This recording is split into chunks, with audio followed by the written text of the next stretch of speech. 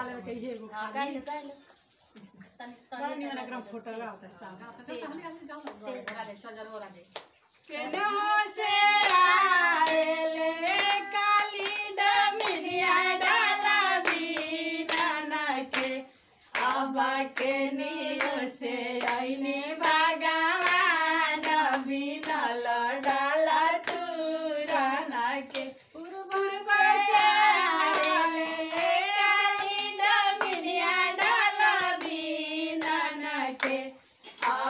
पश्चिम से आईने भगवान बिनल डाला तुरन के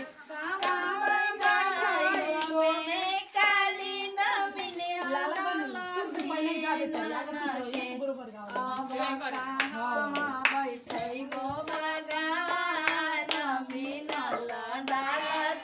भगवान तो बोल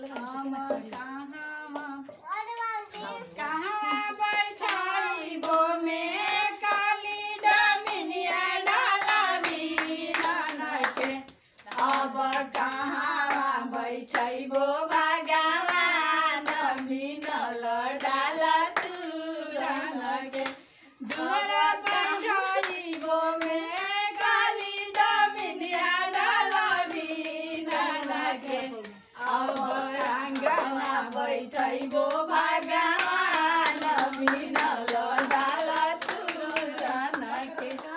खियाइबो में काली डमिनिया डाला बिनन के अब काले खियाइबो भगवान बिनल डाला तुरन के दाल भात खियाइबो में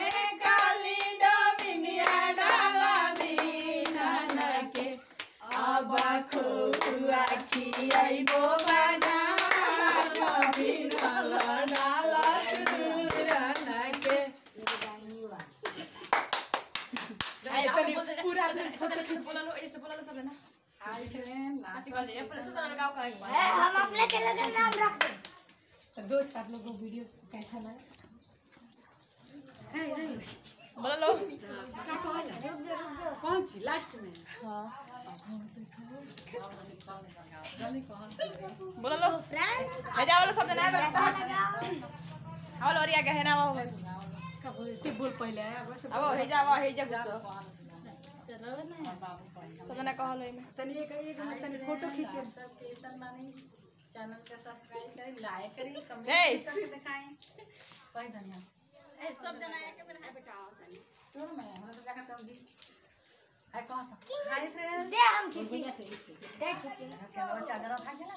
तब सब दिखाना पड़ेगा फोटो खींचना एगो हैंग लाइन से खड़ा रहनी ए में से एल स्क्रीनशॉट लिया जाए एक कनिया है कनिया चैनल के ना दिखाओ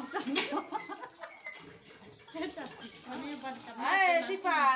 ना मिला बोलो सोना पे हाथ दिखाता है हो गया है दी बोलो लो कि वीडियो एंड हो गया पूजा हो गया खाची हां थोड़ा रे बोलो लो तो पूजा खत्म हुआ यहीं पे वीडियो का एंड कर रहे हैं क्योंकि वीडियो काफी लंबा हो गया है इन तक बना रही तो वीडियो के एंड तक बने रहिए फोटो नहीं खिंचाइए bye bye bye bye tata तो फिर मिलते हैं अगले वीडियो में तब तक के लिए बाय।